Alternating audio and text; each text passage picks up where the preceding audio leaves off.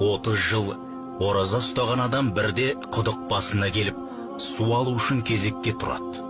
Ол кезек қанша үлкен болса да таласып тармаспай, сабыр сақтап тұрғанда, кезектің соңғы жағынан біреу айғайға басып, мен бүгін оразамын, кезек беріңдер, қарным ашты, шөлдедім деп шу шығарады. 30 жыл бойы ораза ұстаған кісі басында мән бермей тұрғанмен, бір кезде шыдамы таусылып, әй бауырым, егер ораза тұтқанға жол беру керек болса, 30 жыл бойы ораза тұтқан мен бірінші алуым керек емес пе? Сен неге бір күн тұттың деп, елді қырып кете жаздап тұрсың, деп ашуланыпты. Сонда әлгі кісі қарқылдап күліп жіберіп, саған 30 жыл бойы сөзім өтпеп еді, енді міне оразаңды міндет қылып, бар сауабыңнан айырылдың.